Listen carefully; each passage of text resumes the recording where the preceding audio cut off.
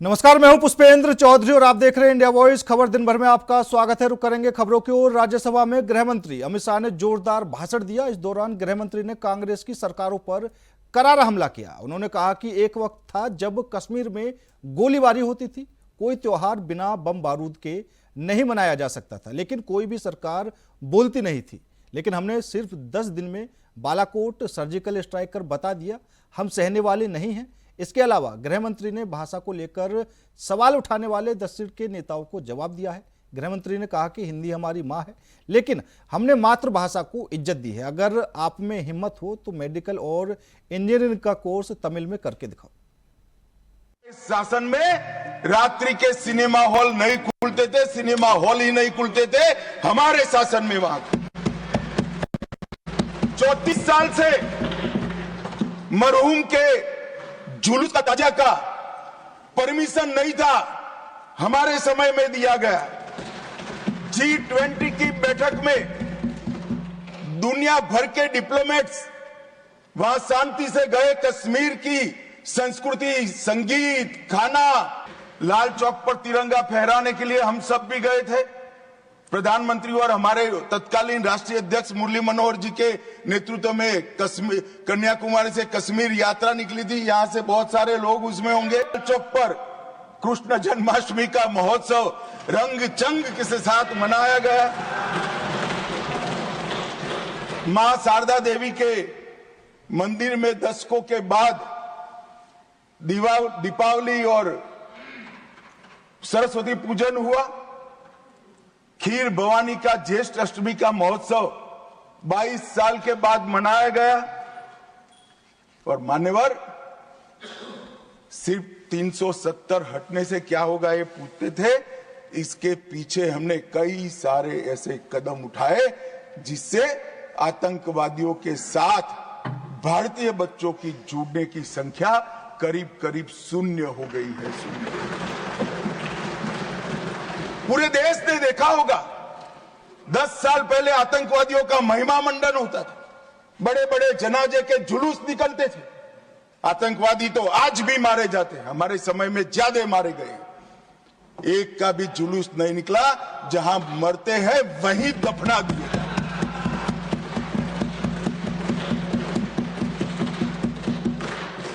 कोई आतंकवादी बन जाता था, उनके परिवारजन बड़े शौक से सरकारी नौकरी करते थे, तंत्र चलाते थे। हमने ढेर सारे आतंकवादियों के रिश्तेदारों को रूथलेसली सरकारी नौकरी से निकालने का काम किया और एक कठोर संदेश। बार काउंसिल में उनके समर्थक बैठे थे, केस नहीं कर सकते थे, हड़तालें हो जाती थी। जो समर्थक बैठे थे वो सभी या तो दिल्ली की जेल में है या श्रीनगर की जेल में है। मान्यवर,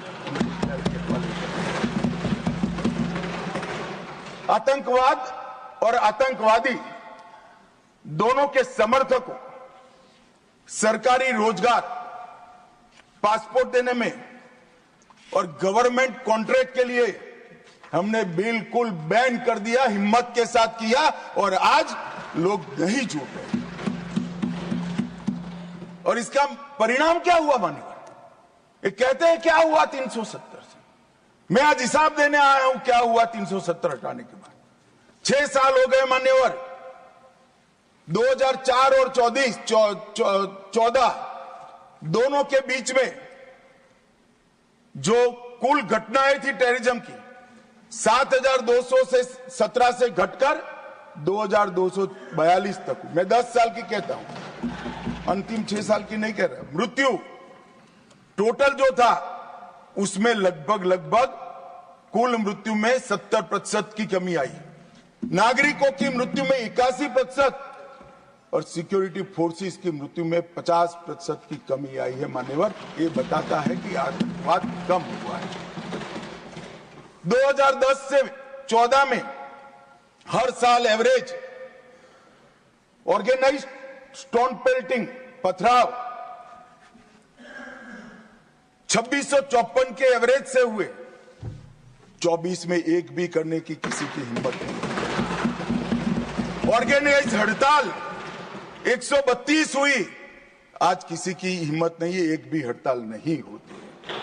स्टोन पेल्टिंग में नागरिकों की मृत्यु 112 और जख्मी 6000 हुए थे। अब स्टोन पेल्टिंग ही नहीं है तो मृत्यु या जख्मी होने का सवाल ही नहीं। मान्यवर, और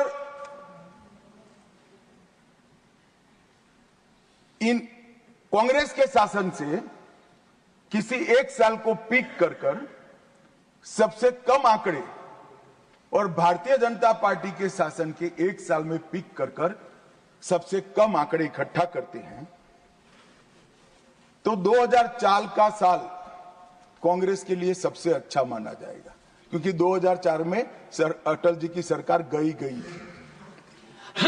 कुल घटनाएं उसमें 1517 हुई थी। ध्यान से सभी सदस्य सुने, ऐसा मेरा विनंती। 2004 में कुल घटनाएं 1587 हुई थी, 24 में कुल घटनाएं सिर्फ 85 हुई। नागरिकों की मृत्यु 2004 में 733 हुई थी, 2024 में सिर्फ 26 हुई। सिक्योरिटी फोर्सेस का मृत्यु 331 हुआ था। मुख्यमंत्री योगी आदित्यनाथ अयोध्या दौरे पर हैं। यहां पहुंचते ही सबसे पहले उन्होंने हनुमानगढ़ी और रामलला के दर्शन किए। अपने एक दिवसीय दौरे में सीएम योगी ने कई कार्यक्रमों में भागीदारी की। आपको बता दें कि महाराजा पैलेस राज सदन में 2 दिनों तक चलने वाले साहित्य उत्सव टाइमलेस अयोध्या का शुभारंभ किया। यहां पर उनके साथ प्रभारी मंत्री सूर्य प्रताप शाही, प्रख्यात लोक गायिका मालिनी अवस्थी, संगीत अध्येता और आयोजक यतेंद्र मिश्र भी मौजूद रहे। प्रविंदर सिंह जी, अनंत विजय जी,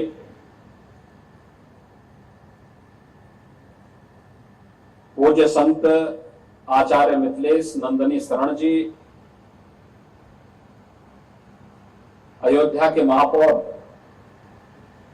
महंत गिरीशपति त्रिपाठी जी, डॉक्टर शैलेंद्र मोहन प्रताप मिश्र जी, कार्यक्रम के निदेशक मिनल हसन जी और इस कला और साहित्य के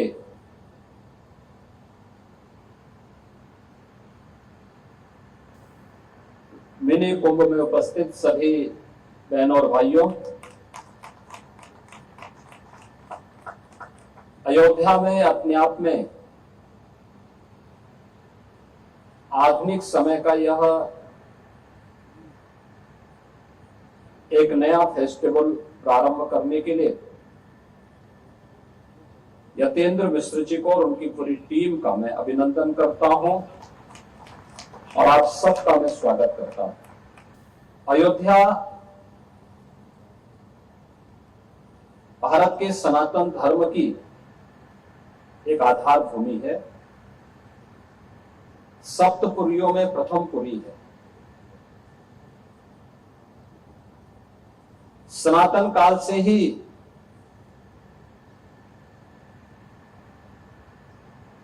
सनातन धर्म की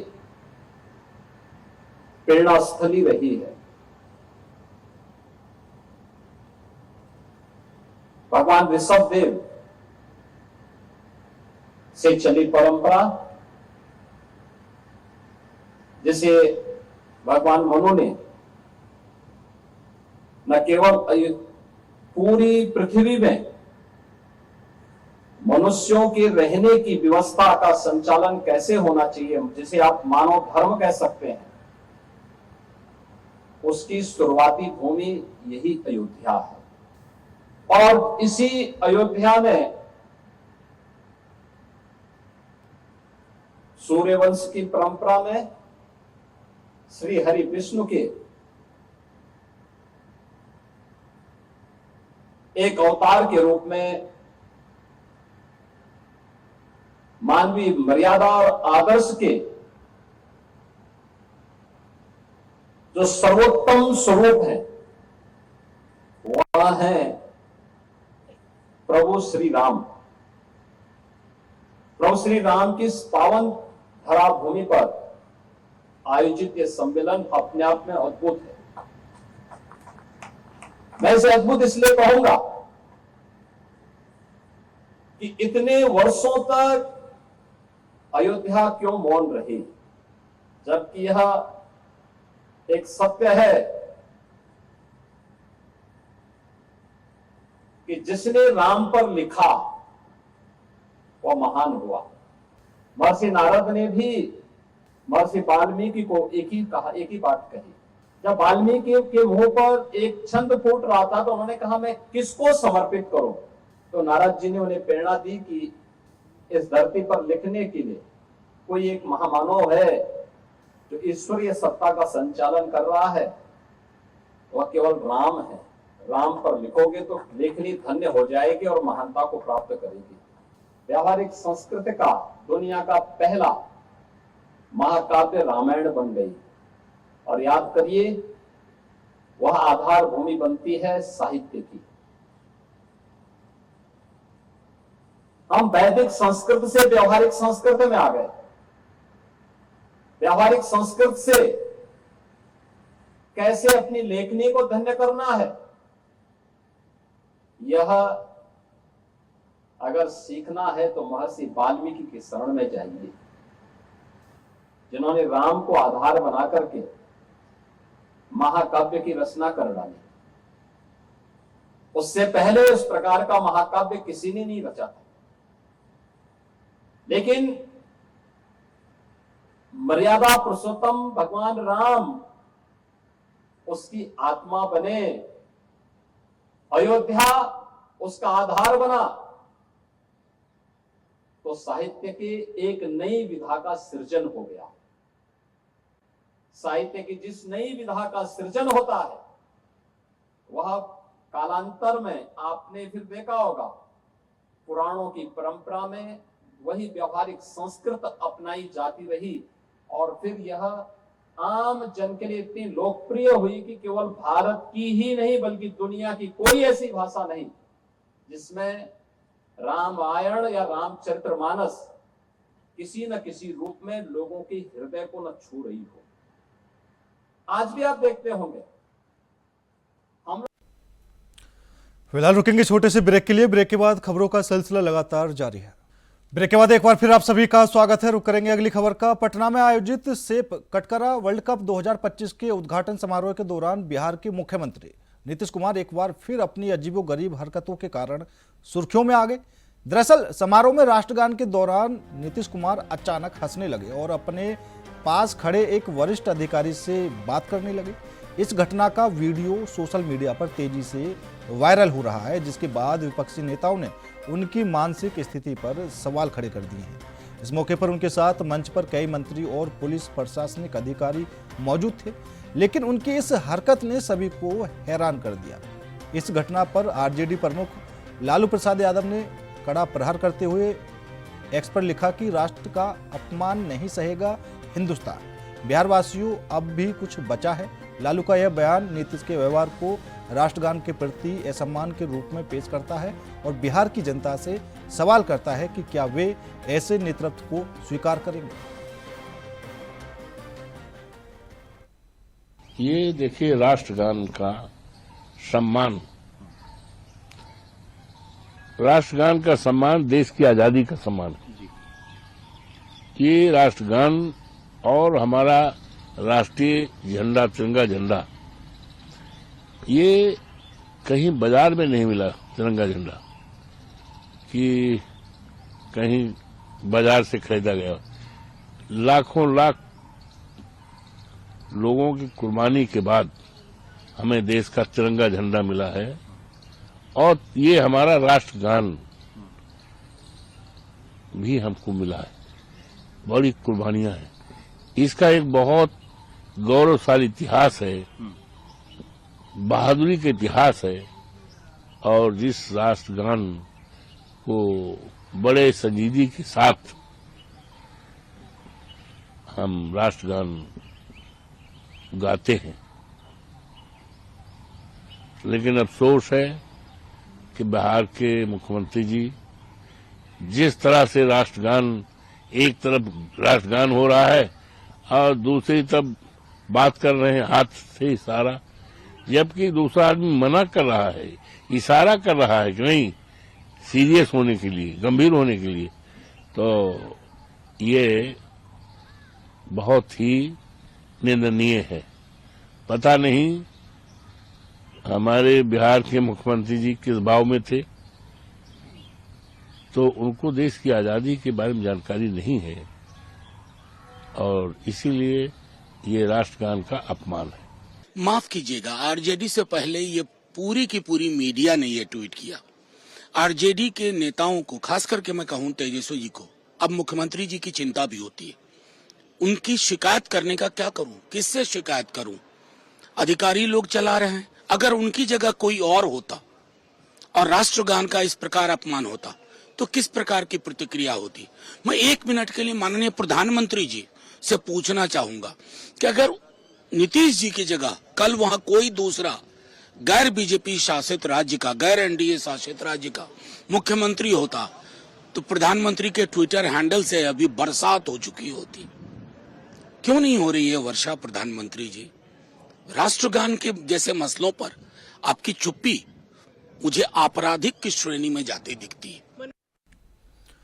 आम आदमी पार्टी ने बड़ा फैसला लेते हुए पूर्व विधायक सौरभ भारद्वाज को दिल्ली में पार्टी का अध्यक्ष बनाया है। उन्होंने पूर्व मंत्री गोपाल राय की जगह ली है और साथ ही पार्टी ने गोपाल राय को गुजरात का प्रभारी बनाया है। आम आदमी पार्टी ने पंजाब की जिम्मेदारी दिल्ली के पूर्व उप मुख्यमंत्री मनीष सिसोदिया को दी है, उन्हें प्रभारी बनाया गया है और वहीं पूर्व मंत्री सत्येंद्र जैन को पंजाब का उप प्रभारी नियुक्त किया गया है।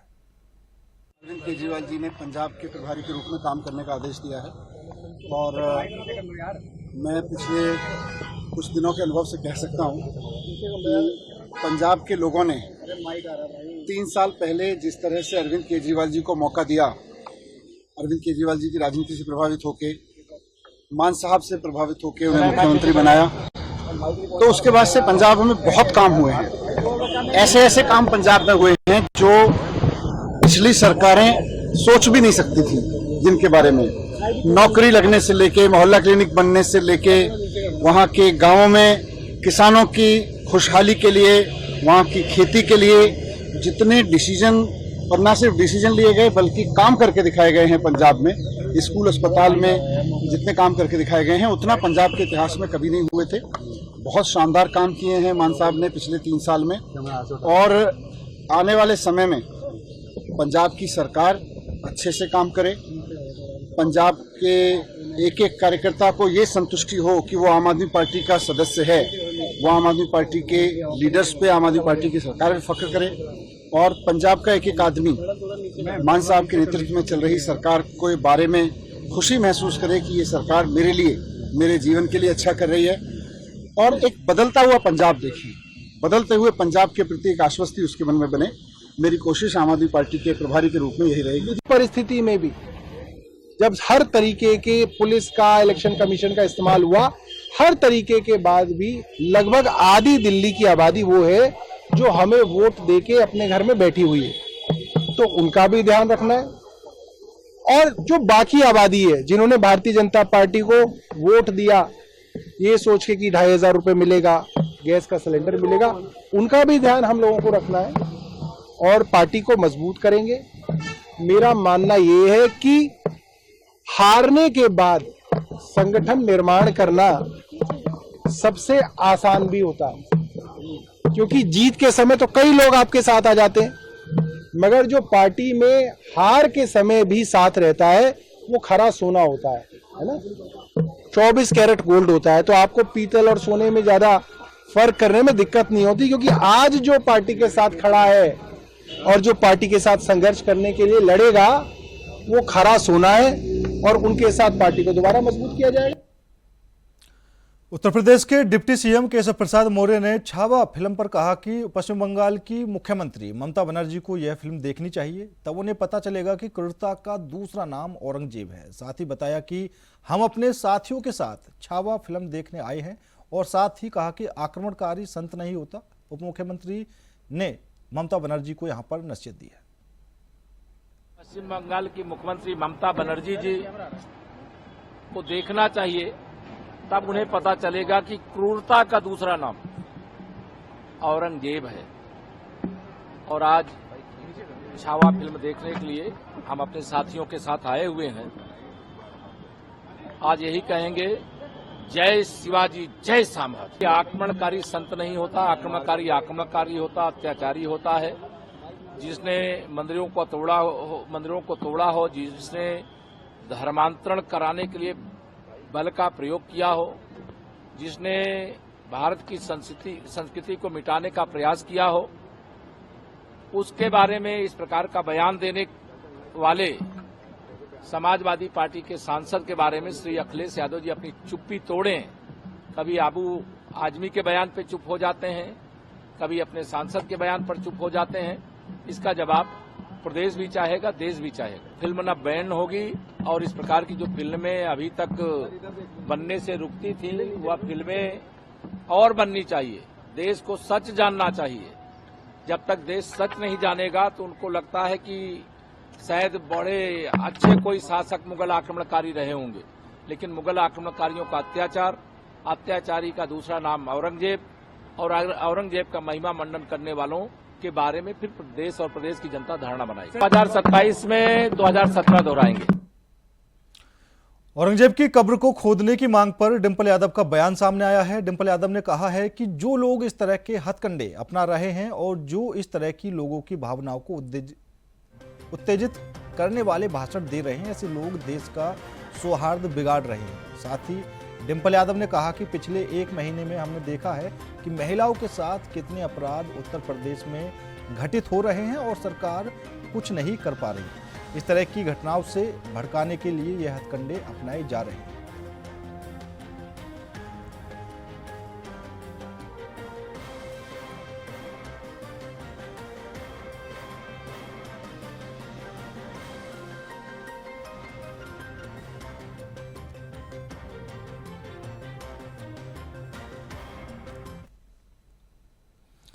खबर मेरठ से है, जहां सौरभ हत्याकांड ने देश को झकझोर कर रख दिया। इस हत्याकांड मामले में आए दिन नए खुलासे हो रहे हैं। हत्यारी पत्नी मुस्कान का अपने प्रेमी साहिल शुक्ला के साथ होली खेलते हुए डांस करते हुए वीडियो सामने आया है, जिसमें वो एक दूसरे के साथ झूमते हुए नजर आ रहे हैं। पत्नी को मौत के घाट उतारने के बाद मुस्कान होली पर प्रेमी के साथ मस्ती नशे में झूमती हुई नजर आ रही है।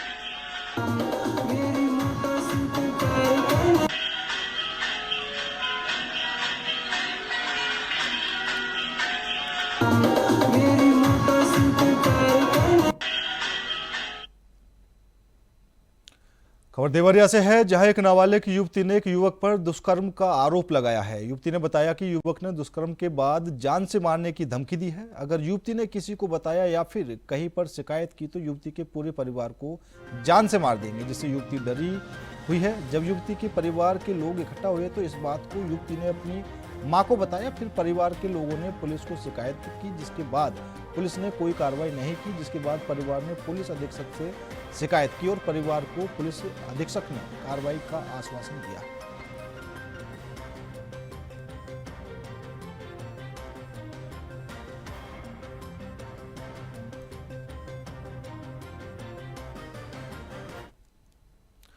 फिलहाल मेरे साथ इस बुलेटिन में इतना ही। बाकी देश और दुनिया की तमाम खबरों के लिए देखते रहिए इंडिया वॉइस।